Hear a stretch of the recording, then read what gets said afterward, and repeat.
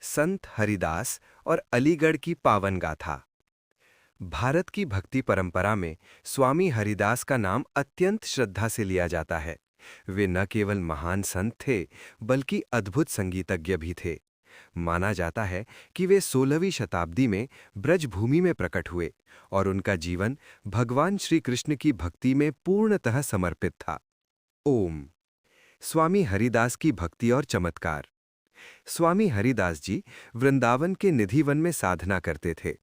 उनकी भक्ति इतनी गहन थी कि कहा जाता है स्वयं श्री कृष्ण और राधा रानी उनके सामने प्रकट हुए। उनकी प्रार्थना पर ही श्री कृष्ण की दिव्य मूर्ति बांके बिहारी मंदिर में विराजमान हुई, जो आज भी लाखों भक्तों की आस्था का केंद्र है। वे महान संगीतज्ञ भी थे और ध्रुपद शैली के आचार्य माने जाते हैं।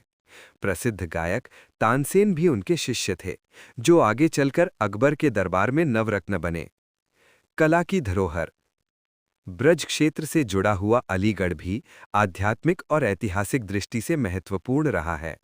प्राचीन काल में इसे कोल या कोइल कहा जाता था। यहाँ स्थित अलीगढ़ किला मुगल और मराठा काल की वीरता और संघर्ष की गाथा कहता है। ऐसा माना जाता है कि स्वामी हरिदास की भक्ति की धारा पूरे ब्रजमंडल में प्रवाहित हुई, जिसका प्रभाव अलीगढ़ सहित आसपास के क्षेत्रों पर भी पड़ा। भक्ति, संगीत और आध्यात्मिकता की ये लहर लोगों के जीवन में शांति और प्रेम का संदेश लेकर आई। गाथा का संदेश। संत हरिदास की भक्ति हमें ये सिखाती है कि सच्ची श्रद्धा से ईश्वर स्वयं भक्त के पास आते हैं। वहीं अलीगढ़ की ऐतिहासिक भूमि हमें साहस, संघर्ष और संस्कृति की याद दिलाती है। जब भक्ति और इतिहास एक साथ जुड़ते हैं, तब एक ऐसी गाथा जन्म लेती है जो पीढ़ियों तक प्रेरणा देती रहती है।